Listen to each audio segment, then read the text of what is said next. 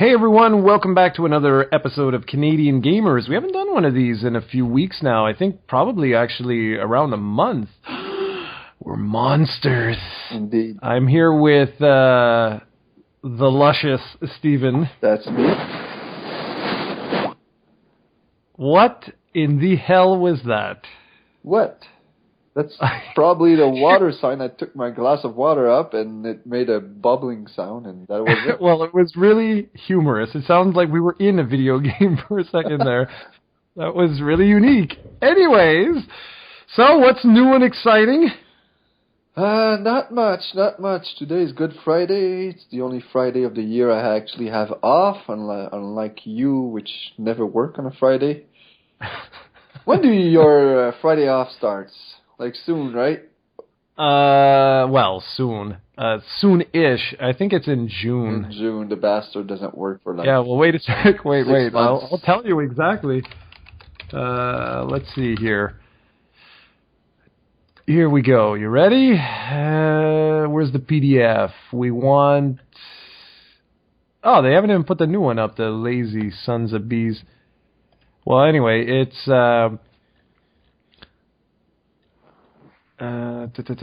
where the heck is the summer? Okay, so it typically starts... It's not that crazy. It's usually the last week of June. So it starts from the last week of June, and it goes to the last week of August. Some people are luckier than others. Oh, I know. Honestly, I've told everybody that. I'm like... where I work, I'm like, if you can call it that, because you get so much time off. It's ridiculous. No, it's true. No, I know. Trust me, I know. We have so many. We have so many people who complain. It's like last week or the week before when you really got hooked into Pokemon Yellow. Like you basically didn't work. You were always, even at work, you were playing that, and then at one point you said, "Oh, screw this, I'm going back home," because you weren't getting any work done. That's right. That's exactly right. Yes, the classic McGill. You have to love it. But I have so many people who complain to me like, oh man, our salaries are like crap and all of this, and it makes me laugh because it's like, okay, yeah, you might, like, let's say the average of a job is like 45,000. You might make say like 38,000. But what people don't realize is that you get up to 5 weeks off. You get 9 summer Fridays. You get a week at like the holidays, Christmas, whatever. You get all these statutory holidays. You get 9 sick days, 2 personal days that you can take at any time, 2 floaters that you can take any time. So when you add all of this together, you're basically off for like 3 months of the year. Like, it's, and like, you know, including the weekends, if you add the weekends and stuff, it's bloody ridiculous. Like, it's absurd. Anyway, yeah, so you're right. I got totally hooked there, like 2 weeks ago? Something like that? A week ago? I don't know. I'm up to like almost 60 hours in Yellow right now. And I think, considering I only have to level one more guy, yeah, I think I'll probably cap out probably at 60, because I think I'm at like 58 or 56 or something like that. But if you add in the time I played in Blue, and I didn't think of it, like I spent a good, maybe like 4 hours, 5 hours, something crazy like that, trying to get like Mew and all of that, because I didn't think to import other, or not import, well yeah, I guess, import Pokemon from Yellow into Blue. I didn't think of that until you mentioned it, so I actually like literally played the game again up to the second gym, and the reason why it took so long is because I had so much trouble catching an Abra. Like I spent like I think almost 2 hours trying to catch that little bugger. But now I will not have that problem. And you said I should probably get another Mew in Red? Well, no, if you're going to do it, because I told you to trade the 2 pokes with the 5 HMs. Because the way I did mine was that I did not use those Pokemon for battle because they don't listen to you, but I know that they won't die and eventually they'll hit the move and it'll kill everything, so it doesn't really matter. But just for me, when I played blue to get all my Pokédex complete in yellow, I didn't have Mew yet, so I did the Mew glitch, and then I played through it with him because he's so powerful, and it's a lot more fun that way. And if I ran into a situation where I was screwed, then I just put my level 55 Charizard in there, and he just wrapped up the battle. But yeah, it's just like if you want to do it that way, it might make the game a bit more fun. But if you just want to use your super powerful pokes and don't care about, like, if you just want to rush through it, yeah, you can do that. Like, don't worry, you just have to beat Brock, and that's it. Okay, cool. Well, we'll see. I mean, having another Mew won't be bad. Because this game can be done so quickly. The only long part I find is that you need the Pokeflute. You can't beat the game without it. And because like the original Empty Moon, which is like an hour or 2 hour cave when you do it like and the regular way, can be done in like 3 minutes if you just upload all trainers. And like the tunnel with the flash move can be bypassed altogether if you have the HM. So it's crazy. The only two parts I think is the two buildings with the Team Rocket. The one where you need to go get the self-scope and identify the ghost, and the other one where you need to go beat it, because if you don't, you can't beat Sabrina because there's a bastard in front of her door. And that's it. That's right. So I believe like the game can probably be completed in 3 hours easily if you know what you're doing. And even if you want to really go deeper than that, you can look at videos online, and people glitch the heck out of the game.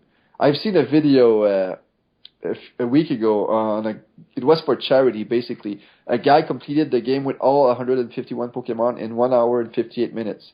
And the way he did it was just glitches. He didn't even fight the Elite Four. He fought 3 battles and he lost 2. He fought 3 battles in the whole game.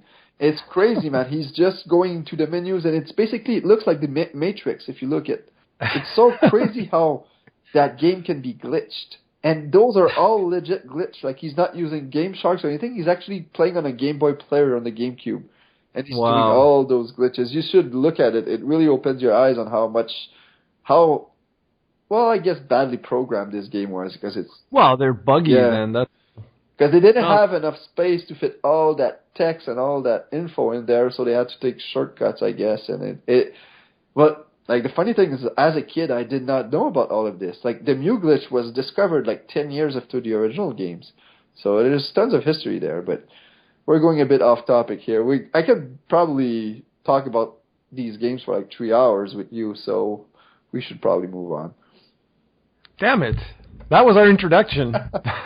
Welcome, everyone. And this is not a Nintendo fanboys, believe it or not. No, that's right. We've only got 16 Nintendo related topics today, so don't worry. Okay, so yeah, let's move on. And we're actually going to start. This is kind of funny because it's not a Nintendo fanboys, but we actually do have 2 things that we want to discuss pertaining to Nintendo. But it's because it sort of goes on to a larger theme that does relate to other systems and things like that. So I wanted to start off with the leaked NX controller, which now has been completely debunked. But I was just curious your thoughts of that. For those that don't know, I think the best way of explaining this is, imagine a controller with no buttons. Yeah, it's got two analog sticks, and basically the whole rest of the controller is a screen, essentially, like a touch screen. But it's the shape of it. It's like a circle that's been smushed down with sharp edges. As soon as I saw that, I was like, nah, that can't be. It just can't be. It doesn't look comfortable, like, at all. So I'm happy that got debunked.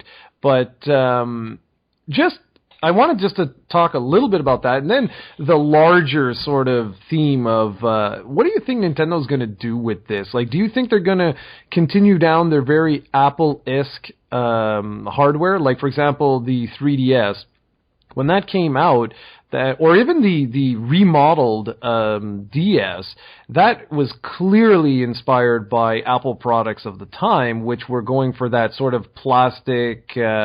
sort of like chic design. Apple's since moved away into more just like the sheen design, if you will.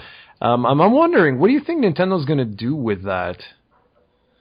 I have no clue, because we saw a copyright of a controller that looks like that, and that's where the fake prototype came from. But I really got worried because as soon as I saw the prototype, I didn't even look at anything else. All I saw was no buttons, and I was like, oh God, please don't be what Nintendo's planning to do. I don't want a mobile phone as a controller. It sounded like that's all I saw from it, and I didn't even look at it. I was just hoping and praying that it was false. The thing is, with this controller, if you look back at the history of what Nintendo's done, like, look at the DS, right? Like, we had I know there was buttons and all of that, but Nintendo really did push the the touch controls. Zelda, could you use buttons at all on the DS ones? No. I think you could use the shoulder buttons, but that's it. See, that's the thing. That's why I'm wondering, is this really that far-fetched? Yeah, the design may have been fake, but I'm wondering if that's really outside the realm of possibility. Well, you can't play a platformer without buttons. Like you mentioned Zelda. You don't need to jump in Zelda. You don't need to... Like, Zelda worked really well. I know a lot of people were turned off by the touch control exclusives and never even tried those games, but if you really gave them a chance, you'd be surprised at how awesome they were. Like, Zelda surprisingly worked well with touchscreen controls, but that's about it. Like, I wouldn't want to play Mario with my stylus. It just doesn't make sense. I would die all the time, and nobody would be happy. So there are limits there. You need buttons as a backup plan, worst case scenario. Yeah, you won't hear me argue. Like, there's a reason why I don't like playing games on my phone.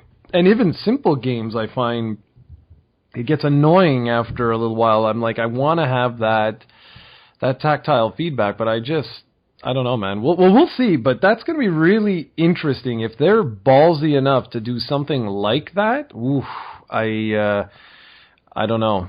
We'll see. And are you going to pick up their, Miitomo? Well, it's a free game. I might check it out, but that's about it. Okay, good, because apparently, like, you join friends and you can do all kinds of stupid stuff, so if you actually just download the thing, I think it will at least have a couple of laughs. Okay, so the next thing that I wanted to talk about pertaining to this is, how do you as a company keep secrets today? Years ago, you used to be able, you had a much easier time of, like, hiding things. But today, that's pretty much impossible. You know what I mean? Like, everyone has phones, everyone's got access to the internet now, and I'm amazed that companies as a whole are even able to keep anything a secret anymore. And it sort of ties into the next topic that I wanted to talk about. But yeah, like with Nintendo, like, I'm pretty sure we will know everything about this system before it's officially announced. Or maybe not everything, but you're pretty much guaranteed something is going to leak. It's just the day and age that we live in, which is kind of sad. Like, I don't know about you, but I miss the days where I knew nothing of a platform before it was announced. Like, nada. No, you're right. Those days were pretty fun as a gamer, especially the pre-internet days. Like me, I knew nothing about a system, even though it was released for 2 years, because I found out when a friend of mine had it. So, yeah. I get where you're coming from, but with the internet, it's pretty much impossible. Yeah, exactly. So speaking of that topic there, we had some, I'm going to say news, because, like, I'm pretty sure this is going to happen. It's just in its execution where I don't know. Anyways, so the news is that, the rumors are saying that Sony is preparing a PlayStation 4.5, aka the PlayStation 4K.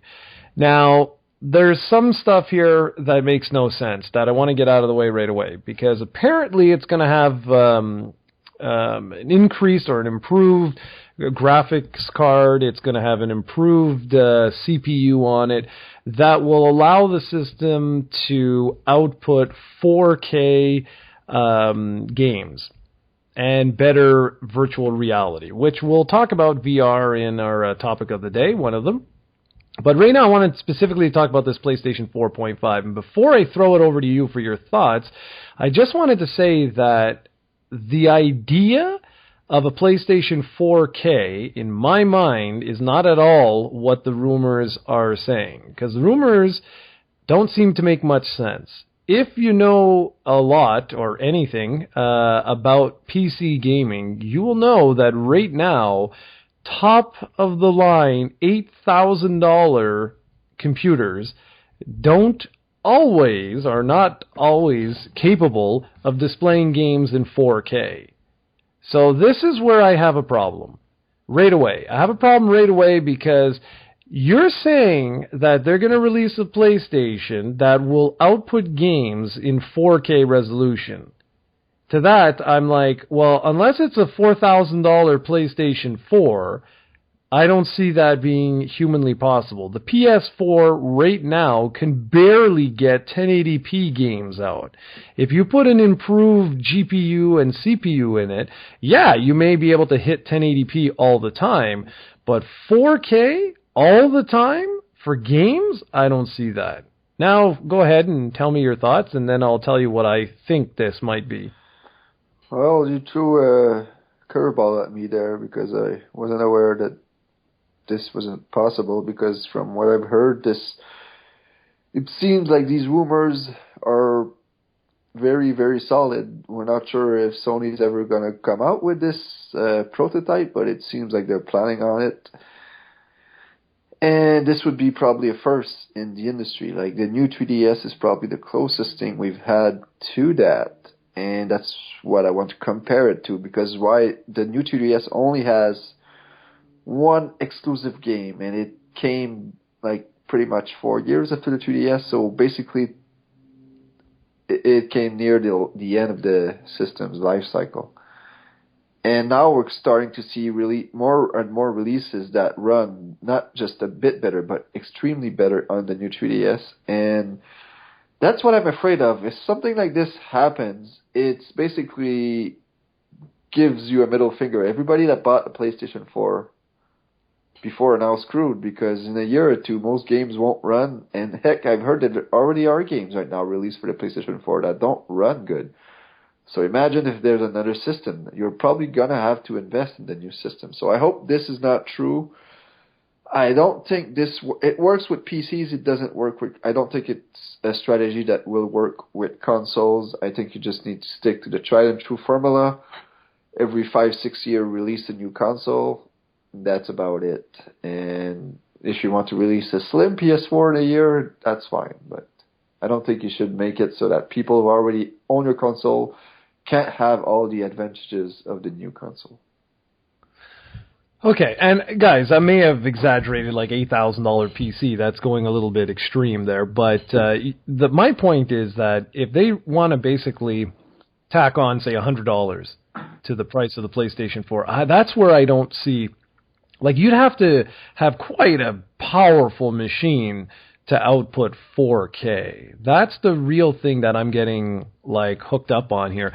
But there's something else that I was thinking of. When I first heard that name, PlayStation 4K, I know everyone's referring to it as PS 4.5, but I got sort of stuck on the 4K. And the reason I got stuck on the 4K is because right now, UHD movies, which is ultra high definition 4K movies, are starting to be printed on special Blu-ray discs, which are non-compatible with existing Blu-ray players. So you see, I got a little bit hooked on that aspect, where I was like, oh, well, maybe this will be called the PlayStation 4K, and the idea behind it would be, well, it's going to be more multimedia centric. So it would have maybe more multimedia features in it, and it would be slightly more powerful, but it wouldn't affect gaming. It would affect all the other stuff. So for example, like I said, It would allow you to play the UHD Blu-ray movies. It would maybe potentially make it easier for PlayStation VR to work, that you wouldn't necessarily need all the components that come with the PlayStation VR headset. You get like another separate box that acts like a bridge between the two and all kinds of stuff.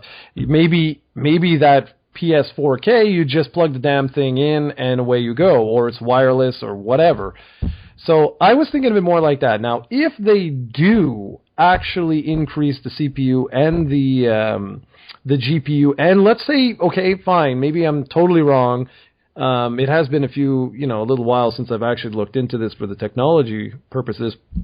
But let's say it can output in 4K. Okay, great. I don't even have a 4K TV, so for me that doesn't really change anything.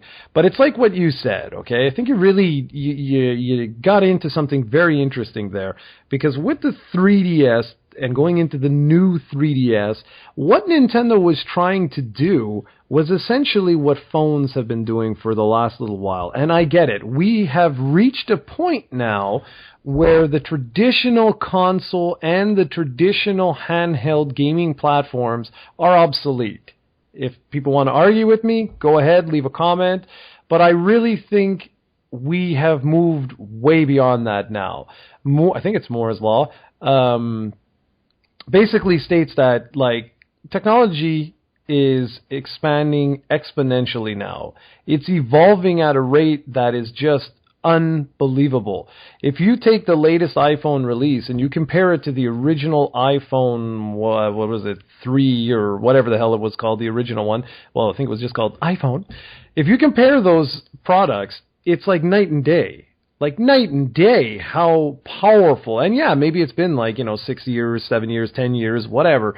But it's just consoles and dedicated handheld gaming devices cannot possibly keep up anymore. And it's evident. We know that. It's a simple fact that like people want their console to last. It's the Xbox 360 and the PlayStation 3 and the Wii, people don't really realize this, but that was actually one of the worst decisions, I guess we could say, that those companies made. By extending the life of those products as long as they did, they gave a false impression that, well, that can continue forever, when in reality, those consoles should have been replaced 5 years after they were released. But the companies wanted to, maximize their profits and so on and so forth. But I think we've reached a point now where PlayStation 4 and Xbox One, compared to what is being offered on PC, even lower end, and I'm not talking about 4K resolution, that's a whole other thing. I'm just saying about sheer raw power, already they can't compare. Like they're severely outdated. And what are they going to do? Like the PS4 can't possibly survive for another 4 or 5 years, same as the Xbox One, when both of those platforms are PCs. That's all they are. They're just PCs that have been replaced in some custom plastic shell. So if they do that, in another couple of years, yeah, every PC game is going to be 4K. It's going to have ridiculous textures, all kinds of funky bells and whistles that the home console ones won't even be able to touch because there's just nowhere near as powerful, and they're not expanding and they're not moving on. So, like, I get the drive. I get it. That's exactly what Nintendo tried to do. The thing is, console gamers aren't PC gamers, and this is the other side of the coin. And like, we're the type of people that I just want to plug the damn thing in and it works and plays and away it goes. Now, if they do introduce this and it's working the way you're suggesting that it's working, which I basically just spoke for 5-10 minutes, basically justifying everything you just said. Like, from a business perspective, I get it. I totally understand why someone would like to do this. It's just that first home console that does it, it's going to have to be done in a very smart way, because the audience is not the same as on PC. We're not used to upgrading our hardware every 2 years, every year, every 6 months, every whatever it is. So I don't know how they can do this in any way that the audience, the target audience, doesn't look at this and go like, oh, what the F? Like, I don't know. I mean, I know that all three manufacturers want to do this. They're like dying to do this. Where every 2 years, every year, every whatever, they could say like, oh, well, here's the PS4K. Then it's the PS4S. Then it's the PS4 whatever. And then they like, you know what? No, now we're moving on to the PlayStation 5. And then the PlayStation 5B, the PlayStation 5C, whatever. Like, they're dying to do that. It's just, I don't know if this market, with the people that like make up this market, if we're ready for that.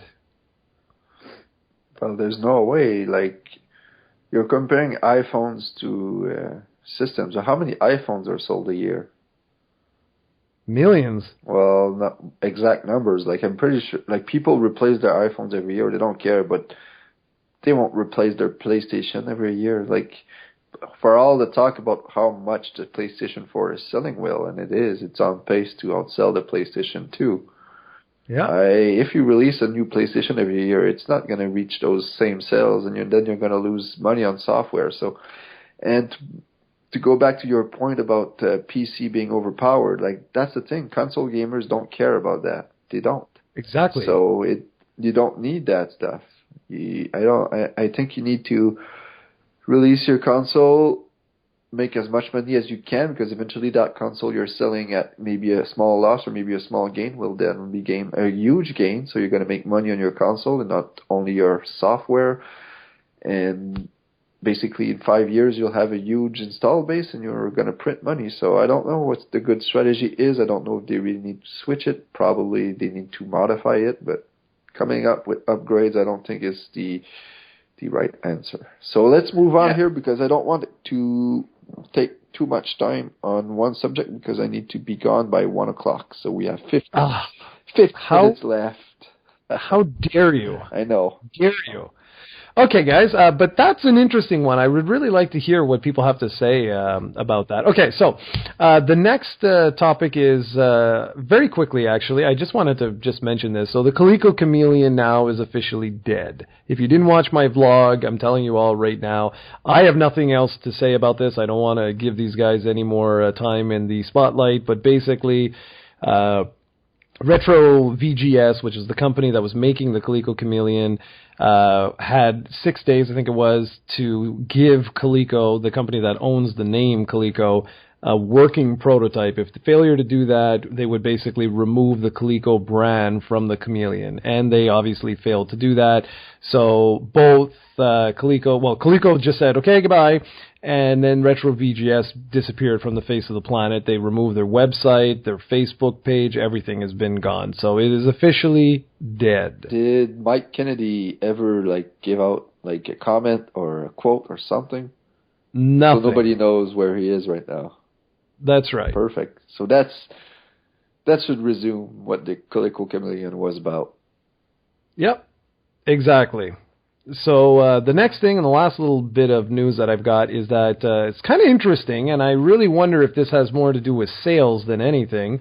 But Microsoft said that they would like to basically allow PlayStation Network players to play with Xbox Live players and PC players. They'd love it if the whole networks could be cross-compatible. And I really wonder, the motivation behind that. I know Microsoft now, I would love to talk a little bit about this in detail, but we are going to have to make this really, really quick. Microsoft's making some very interesting moves, not only about the rumors of them also releasing hardware that can be upgraded, but they're releasing pretty much every single Xbox One exclusive on PC. They're basically saying there will no longer be Xbox One exclusives. They're all going to come to PC. They're going to make this unified platform now between PC and Xbox One. And I thought that was really interesting, because is that smart? If you do that, I kind of wonder, so then aren't you kind of shooting yourself in the foot by removing your exclusive games? Or I understand that PC gamers are not console gamers and console gamers are not PC gamers. I get it. It's just I really wonder about stuff like that. You just said it. PC gamers are not console gamers. The only thing that having your game on a PC, so it's not really exclusive, the only thing it does is it gives more flame to the flame wars. That's it. Like, Xbox One owners don't care if their game is on PC. Vice versa, man. For me, it's still an exclusive because it's apple and oranges. I don't have a PC. I have an Xbox One. Even if I didn't have an Xbox One and have a PC, that's better for me because now I can buy your game. So why not release it on both? What's the difference? Yeah, I get that. I get that perspective. I totally get that perspective. And also the other thing is if they do combine Xbox Live with any like online networks on PC, that gives you even more players, which is a great thing. There's nothing wrong with that. I always look at it just, again, posing this out there, is that how many people bought an Xbox 360? How many PC gamers, I wonder, bought an Xbox 360 because they had a bunch of people that were playing Halo? It's stuff like that. That's the only thing that I wonder. That's it. Is that, you know... No, like, sure, you're probably going to lose some hardware sales, but at the same time, you're gaining a lot of software sales. I think it balances out. And for the network thing... But the interesting story in this was what Sony's response was, because Microsoft basically told Sony, "Hey, let's dance," and Sony in their response didn't even like talk about the Xbox. They just didn't even mention their names. So it's clear that Sony doesn't want anything to do with this, which is a bit sad. This really is a no-brainer for me. Like, if you bought Call of Duty, you should be able to play with every Call of Duty players, and that's about it. And like, eventually I'm hoping that down the line in 10, 15 years, we'll have just one console and every company will be on that. So it's just something that I wish would happen more, because instead of having 2 or 3 consoles, we should only have one. Yeah, I mean, we've been over this like before. I mean, the idea of that is fantastic. The only thing that sucks is that he who has a monopoly can then, stagnate and become a bunch of douchebags. But I will agree 100,000% that, it's time for parity on these sorts of platforms. Like, I wish, sort of like a Blu-ray disc, you know what I mean? Like, I really wish we had parity in the industry where, like, you could have Philips, you could have Samsung, you could have Panasonic, you could have Sony, and everybody's making their own box, but they all have that unified platform. And I would love that to happen one day, only because it's kind of ridiculous that if I have a friend that is like, Omega Xbox fanboy number 1, and I have another friend who's Nintendo fanboy number 1, and someone else, is a PC gamer, and I'm playing on my PS4, we're screwed. Like, we can't play together. I really think that is archaic. That really needs to change. Okay, so topics of the day. We got 2, and I don't think they're going to be too long today. One of which is Nintendo screws over Mario Maker fans by removing levels without warning or reason. And now you're going to have more details on this, so go for it. Yeah, so basically I have no idea what's happening with Nintendo here. I'm not sure if it's because Mario Maker's more successful than they thought it would be, and they're too cheap to invest in more server space or whatever it is, how it works. I have no clue. But basically they've begun removing Mario Maker levels, and they're not warning the users, and they're not even giving them a reason for it. And the big problem, once your level is removed, it can never be brought back online. You actually have to build it from scratch again. Wow. Before you can, because that same file cannot be bought. Once it's out, it's out. And there are 2 separate stories I want to talk about. I actually checked my levels before we did this podcast, and all my levels are fine. They didn't remove any of mine. So basically, they said before that the levels which used a glitch. There was a glitch before that could allow you to make invincible blocks that you could step on. So basically, you could make a level almost impossible without it. But then they removed that glitch. So those levels that were uploaded are not actually beatable now. And so Nintendo wants to remove that, and that makes sense. And the other one is they said they wanted to remove unpopular levels, and that one I'm not really sure about. It's like just pay more for more, man. If somebody bought the level, even if the game and wanted to put some level online, let him be. Even if his levels are not popular, just let him be, man. It's not fair because a lot of these levels are popularity based. Like if it depends on, like, sure, sometimes if your level is really good, it will get popular on its own. But most of the time, it depends on your popularity yourself. If you're a big YouTuber, if you're known in the community, your level will be huge. Okay, so the first story, which really, really made me sad, was the story of a father and his 6-year-old daughter. So basically, the dad is playing Mario Maker with his daughter and having a lot of fun. And the girl took 3 hours to upload a level. And in less than an hour, the level was removed by Nintendo. Now, this is just really sad. Like, this 6-year-old girl actually took time to make a level, 3 hours of her time to make a level, and she really had fun, and Nintendo just removed it and gave them no reason whatsoever. So stuff like that really bums me out about Nintendo. And it's not like it's the first time. Nintendo really has some old archaic not strategies, but policies when it comes to Miiverse and their online community. Like, we still need to input friend codes and stuff like that. Like, it's not as bad as it used to be, but come on, it's time to move on. I know you want to protect people, but there are better ways to do so. And the other guy it happened to, basically all of his levels, all of them were deleted, and he had no stars anymore, so he's basically back to zero. And that's a guy who streams lots of Mario Maker levels. His YouTube is basically all Mario Maker, so that's his job. He said that 90% of his salary was based on Mario Maker, so now he's screwed. He doesn't have, all of his levels are gone. He doesn't have any stars. And Nintendo basically did not give him any reasons whatsoever for why this happened. And the thing is, they removed one of his levels before, and he contacted Nintendo, and they got it back up, but not really, because it wasn't online anymore. So he got screwed that way. But then he made another video, like basically like a rant against Nintendo's doing this, and then all his other videos got removed. So I'm not sure if it's Nintendo not being mad at his video or just something unrelevant to that, but it's just a cheap shot. And this really pisses me off, this thing, because I'm really a huge fan of Mario Maker, but this community is growing, and I hope Nintendo doesn't stop it from growing by being Nintendo.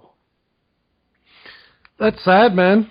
That's actually really sad, and this is what scares me the most about Nintendo, Nintendo's future as a whole, because, like, this should not be happening in 2016. You know, like, there's no reason for this. You have an extremely popular game. Well, then go and just, get more servers, get more space, get more whatever. If you are unable to do that because you have not created a monetary system that supports that, that's your bad. You know what I mean? Like, that's your fault. Like, figure out a way of creating a system where you have a constant surplus of money. You know what? Why don't you just build it in and say, okay, look, guys, the game is like 500,000 times more popular than we thought. So here's what we're going to do. You're going to be able to upload X number of levels based on your popularity, okay? And then after that, for all the other guys, if you're not making levels that people are playing or whatever, well, look, pay us $5 and you get 40 new levels you can upload or something like that. You know what I mean? Like, monetize it. If it's getting to the point where you have no choice, yeah, you're going to piss off some players.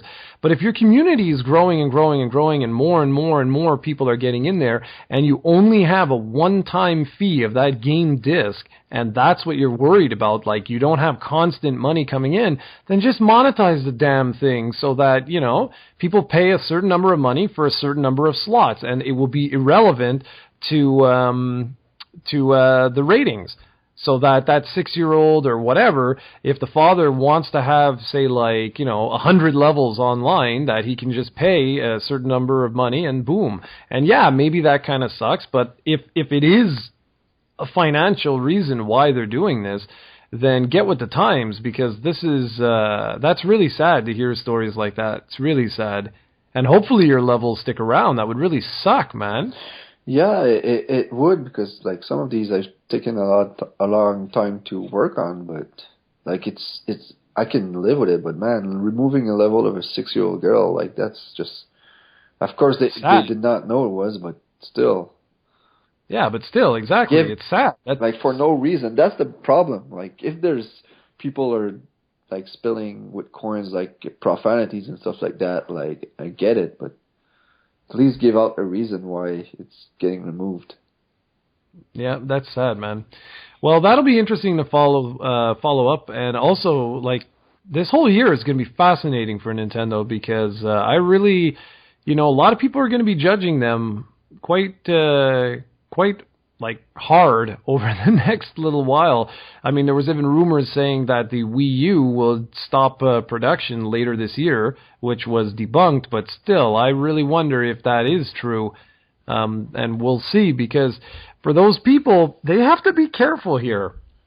I know everybody thinks Nintendo's untouchable, they have all these franchises and stuff that make quadrillions of dollars and blah, blah, blah, but consumers are a finicky thing.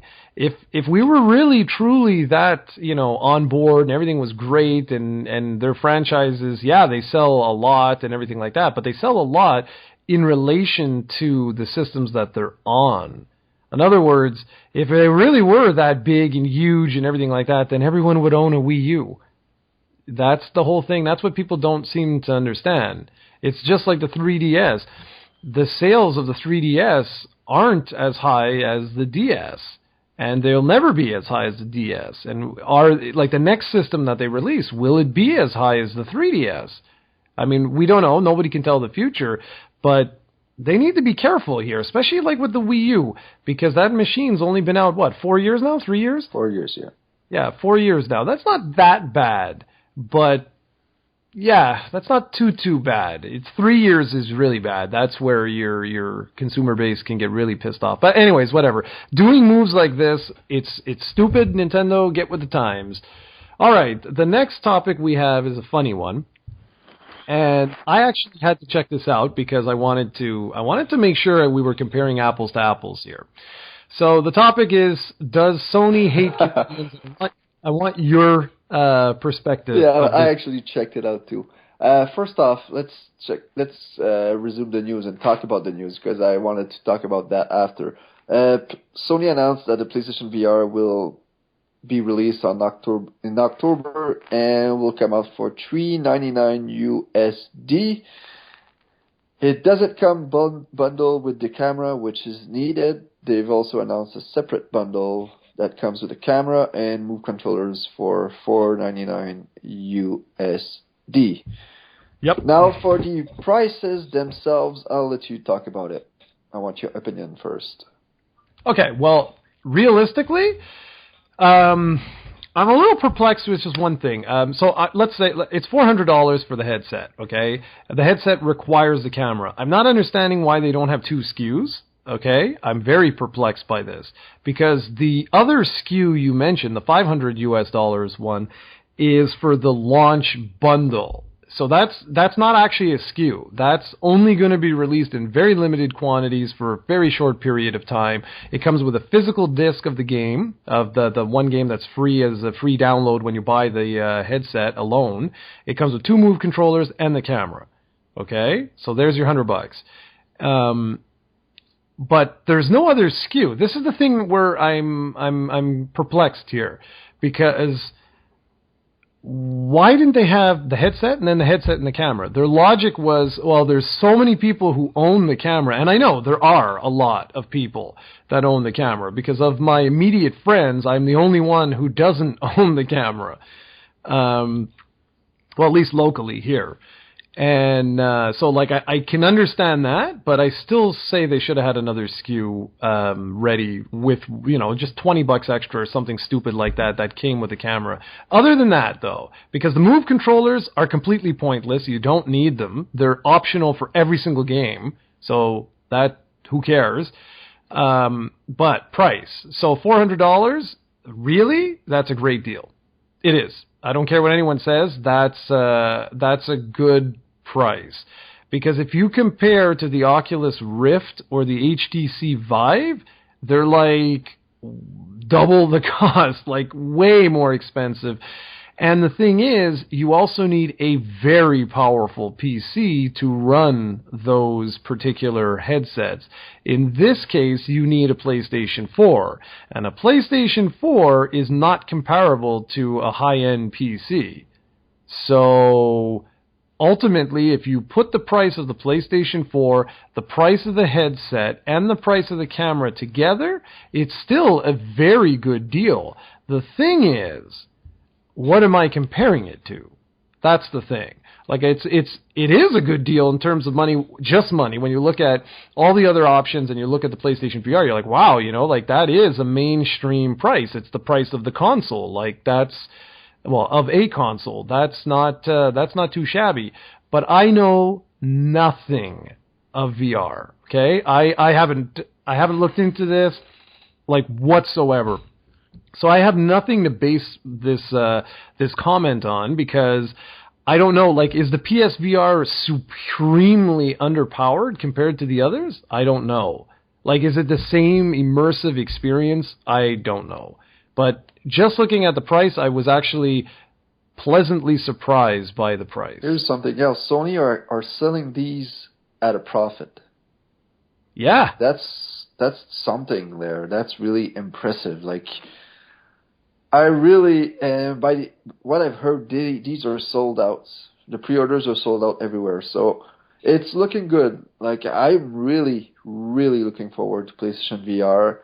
And like you said, it's really affordable compared to the competition. So it's probably not going to be as powerful as the competition, but it doesn't need to be. And the sad thing for me is that I don't own a camera. And this is where, like, I can't really afford this right now, so I'm going to have to hear about you and how good this is and all the other people, because I can't possibly afford this with all the bills we have and what's coming up. So that sucks, but whatever, it's not a big deal. Like, everybody has their budgets and whatnot, but the problem I have, I don't know if we can talk a bit about the VR a bit much later. The problem I have is the little, like, sidestep or the little, like, sucker punch Sony is subtly throwing on Canadians. Because I did a quick Google search, and this, of course, varies from day to day. But yeah, $3.99 USD makes for 529.20 cents of Canadian dollars. So let's put it at a 530 round. Sony are going to charge $550 Canadian for this thing. So they're basically ripping you off an extra $20. Now, if you do the $4.99 one, which I will do in 2 seconds. Oh, I can do it right here, man. I have it. It's $663. There, that's $663. So now they're ripping you off an extra almost $40. Yep. So this is not the first time Sony did this. Sony was the first one to actually increase the price of their console when the Canadian dollars went down. The Wii U and the Xbox One stayed the same for a while. Sony was the first one. And at the time, the Canadian dollars was not as bad as it is now. And I know it's bad now, but they're basically telling us that they're screwing us over. $20 is not a small amount of money for most people. Like, and $40 is even worse. It's like, worse, they should have put it $5.30 or even $5.25. Just take a $5 loss. Like, make it, like, don't screw us from that amount of money. Like, I could have understand if they would have put it like $5.30, and maybe somebody out there will think I'm crazy, like $20 is not a big deal, but it is when we're already spending so much more money. Like, if you go back 3 or 4 years ago, maybe a bit more, 5 years ago, the Canadian dollar was on parity as the US dollar, even on some days was a bit higher. So we were basically in paradise here because the games were the same price. Since I'm a kid, that never happened, and I was really enjoying that stuff. Now it's back to like the crappy way it was when in the 90s and 80s and whatever. And Sony seems to be the only company trying to take advantage of this, and that really pisses me off. Oh, I just love it. Yeah, you like spending more money, don't you? Just to give people an idea, the Canadian dollar has actually been going up. That's the thing that's been irking me, okay? The lowest it's been, that I've been paying attention anyway, because I have a couple of shares and things like that, 1 Canadian dollar was 69 cents American. Today, right now, when I did the conversion, 1 Canadian dollar is 75 cents. So it has been increasing, and by the end of the year, it's supposed to be back up to around 85 cents. But what's so funny with this, and it's weird because you're right, it's always Sony first. It's like the day the dollar goes to like, say, 70 cents, something like that, 75, even 80 cents, they're the first guys that jump on it. They're like, well, that's it. We got to raise everything by $5, $10, whatever. But the minute the dollar goes, like, let's say tomorrow the dollar went back to parity, okay? And we're like we're $1 US is $1 Canadian. I'm willing to bet you Sony would wait like 2 months before they would change the price back, because that seems to be them, man. I don't know. I don't know what it is. It's weird. They I don't know. I don't know. Maybe they do hate us. It's all your fault, damn it. I don't think they hate us. I just wanted that title because it's edgy. I just think they want to pull one by us. They want to screw us over a few more dollars. They want to try to get as many dollars as they can. And they're using the weak dollar, which is their right, but like it takes me 5 seconds to do a conversion. Do the same thing, Sony. And you're saying the market is supposed to improve. They know that. So there's no reason to screw us for $20. Because imagine if they sell a million VR units in Canada in 2016 all the way to the end of 2017. Do 1 million times $20. That's a lot of money. Yeah. Damn right. So, man, this stuff like this really sucks. And and you have no power. No, I do not. Like, well, I guess I can say I can talk with my money and not buy it, which I will, but it's not because it's for different reasons. But it's like this really pisses me off, and but the fact that it's always Sony doing this. Well, that's it. You see, you can talk with your money, sure. But what people don't understand is that the minute Sony did this, like in Canada here, the next company I think was EA, then it went crazy. Then like everybody started jumping and doing it. And that's what pisses me off, is that I don't know if you can really speak with your money, because if you don't buy it, who cares? The other companies are like, oh, well, let's just do it. If you want video games, period, you're screwed. And like that sucks. I don't like that. I did want to make one, if it's okay, we still have time. Yeah. I did want to mention something else about the PlayStation VR, just because I thought it was. I think we're all reading a little bit too much into the launch bundle. I don't know if you're aware of this, but and by you, I'm talking about everybody. Tuesday at 10 o'clock Eastern time, so what's that, 7 o'clock Pacific time? Or was it the other way? Anyway, whatever.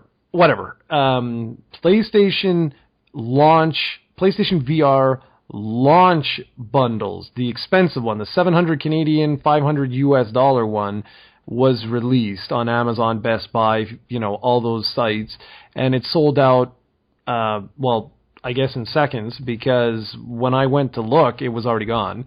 But why I say I think this is a little bit deceptive is that all the news outlets and everything are like, oh, huge critical success and this, that, and everything else.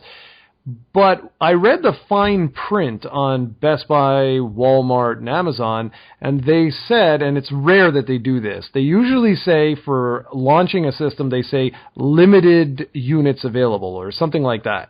But in this case, all the different sites said something to the effect of extremely limited supply. So I'm very curious if there just weren't that many. The real test is this Tuesday. This Tuesday at 10 o'clock Eastern, the standalone PlayStation VR, the one that's 400 US and what is it, 600 Canadian? 550. 550 Canadian, goes on sale. This will be the one to watch. If this one sells out like all over the place by the end of the day or in a few hours or whatever, then I think, then we can definitely have a discussion about the success of, like, well, at least the early success of the system. I know that Sony purposely delayed the system, not because of like they needed more time or anything like that. They delayed it purposely because they wanted to manufacture more machines. So that's an interesting piece of news. And honestly, I have no idea. I am very, very eager to get my hands on one of these things because I just want to experience it. I just want to see, is this really the future? Or is this the future for non-games, like other things? So I don't know. I'm really looking forward to this, though, honestly. I don't know nothing of it. Like, I don't even know what is a launch title. The only thing I know about it is what I've heard on the PS I Love You podcast with Greg and Colin, because they've been hyping this thing up, and like I can really, I kind of think that I have similar views than Colin, so if he likes something that much, I think I will like it. Like, it doesn't apply to everything, but that's my mindset at least. And from what I've heard about this thing, it just looks like a truly immersive experience and something that actually improves some video games and might actually be even more better for other stuff. So we'll see. I'm really, really sad that I won't be able to play this right away, but I think you should be excited for this stuff. I think it really is the future. Maybe not of video games, but it's here to. I think this technology is here to stay, and I think PlayStation are very smart to get on board really this early. Well, that's the thing that I want to say before I move on to the next thing, and then we wrap this up. Is that if this is truly that immersive, Sony could have one of the biggest successes on their hands because there are already like 50 million PlayStation 4s everywhere. And that's what people don't understand. High-end PCs, how many are truly out there? You know what I mean? Like, Sony may actually have monopolized this market without even selling a single friggin' unit. Because if you have 50-plus million people who can buy your hardware and don't have to worry about anything else right away, like today, boom, and it really is, truly is that immersive, you could be looking at a PlayStation 1 all over again. Because you imagine developers like Capcom, well, let's make the next Resident Evil a PlayStation VR exclusive. You know what I mean? Like, I could really see that if this is, and again, I have never experienced this, but if it is as truly as immersive as people are saying, this could be a very, very smart play. I don't think like Capcom would go as far as that, because that would be stupid, because it would prevent people who don't have VR from actually buying their game. But they could release Resident Evil 7 on all the consoles out there and say that PlayStation for an extra $20 will have an exclusive VR patch you can download. That would make more sense. Yeah, you know, maybe I'm not saying like the next one, but I'm saying like in the future, you know, like let's say in 3 years from now, like this thing is like sold like gangbusters or whatever.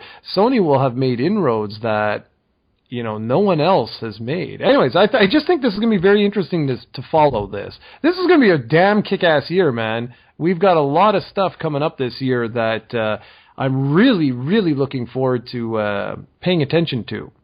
And speaking of not that at all, Steven wanted me to grab a comment from some of the latest videos and stuff like that. And a lot of you guys always leave awesome videos. A lot of you leave awesome comments, a lot of personal stuff, a lot of stories, and almost always it pertains to the reviews that we do.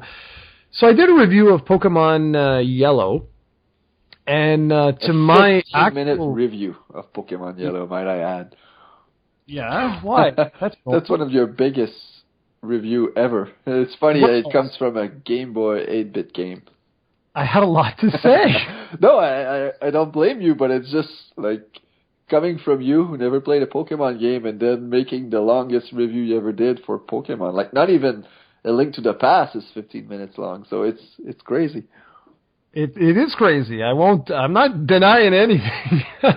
And it did fairly well for like a Pokemon review. I was surprised. No, but you just wait. Like my 2 Pokemon reviews I have on the channel did like that, but then a year or 2 after they both have like 7Ks or 9,000 views. So it would daze, because the thing about Pokemon is people search for Pokemon videos or Pokemon reviews every day on YouTube.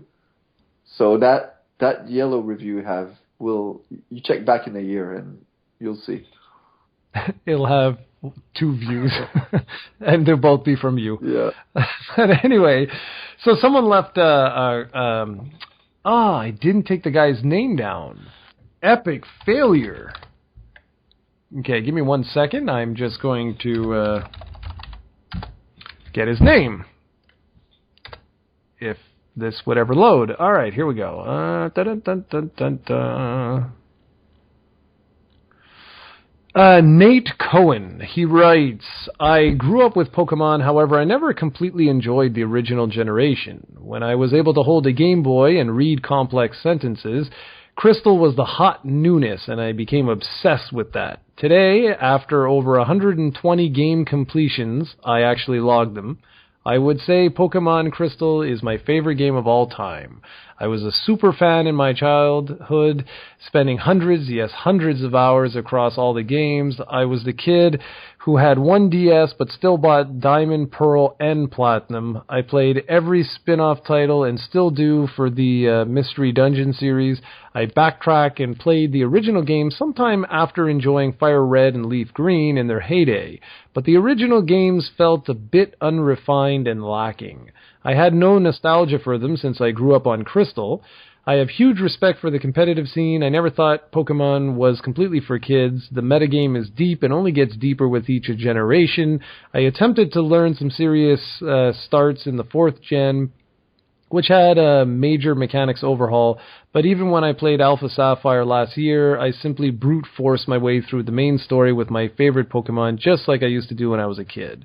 Now, for me, that's why I wanted to play the 1st generation. I think Nate, you really nailed it for me, because that was one of my fears when I had finally said, you know what, no, I'm going to give this a real shot. I'm really going to give this a chance here. Steven's spent at least $200 on the series for me, that the least I can do is go and play, one of the games. And that was the main reason why I wanted to start back at the beginning, the very beginning, the 1st generation. Because I was afraid that if I started with X or Y, that, or another one of the more modern games, that I wouldn't see the magic, if you will, of the original games. So I'm really happy I went back, and to me, having no nostalgia at all whatsoever, and having no real true understanding of the series, I thought it's an incredible game. It holds up supremely well. Now, if you played, or you started to play Pokemon as of, say I don't know, the 4th generation or something like that, that's where that I don't know, like how well would the game hold up to those that have nostalgia for newer games in the series? I don't know, because it's the same thing for a lot of people who like grew up, say, playing The Legend of Zelda: Ocarina of Time, or say like even Twilight Princess. When they go back to A Link to the Past, I've heard a lot of people say, "Yeah, it was okay. It wasn't great. It was okay." And to me, that's like the pinnacle of the series. So I that's a really good comment. I really like that. No, it's a good point. Like I don't really know because I can't really affiliate with him because I grew up on Red, Blue, Yellow. So, and I actually played all the generations after. So I'm not really familiar with his mindset. But it's a good comment, and we'll have to do someday. We'll have to do an actual podcast dedicated only to Pokemon. It'll probably get 0 views, but we can talk for like hours and hours because I have lots to say, and I'm actually excited now because it seems like one day you might even be a bigger Pokemaniac than me from the way you're playing these games. You're like already 60 hours into yellow for Christ's sake. Yeah, well, that's what happens. So you should see me with Dragon Quest. It's like a disease. That's true. All right, so the very last thing I just wanted to say was, what's the next game that you're actually looking forward to checking out? Well, I'm playing Pokémon Tournament right now. That's right. And it's a Pokemon game again, but man, it's an amazing game. You should play it. That was deep. Incredible game. Like, I like when fighting games make it so that guys who suck at fighting games can actually have fun with them. And that's Pokemon Tournament in a nutshell. Plus it has Pokemon characters. Because it's kind of, I thought it was as simple as Smash. It is, but it's a bit more complicated than Smash, but it's the same simple where anybody can pick up a controller and play the game. But it's hard to master. Like if I would play against someone who's decent at this game, I wouldn't even be able to touch him. So it's kind of the same principle of a Street Fighter, but it's not as deep as Street Fighter, of course. But it's with Pokemon characters, and it's amazing. So you should try it out. I should try it out, but I need to go back and I'm missing 5 damn pokes. So I need to finish that. That's my lifelong goal right now. And with that, ladies and gentlemen, I think we're going to call it a day. So thanks for checking us out, and hopefully we'll be back probably in a week or two. And well, who knows? Actually, it all depends on the industry and what happens, or if Steven the apartment needs some vacuuming. That's right. That's an inside joke. All right. Thanks for checking us out, everyone. Catch you later.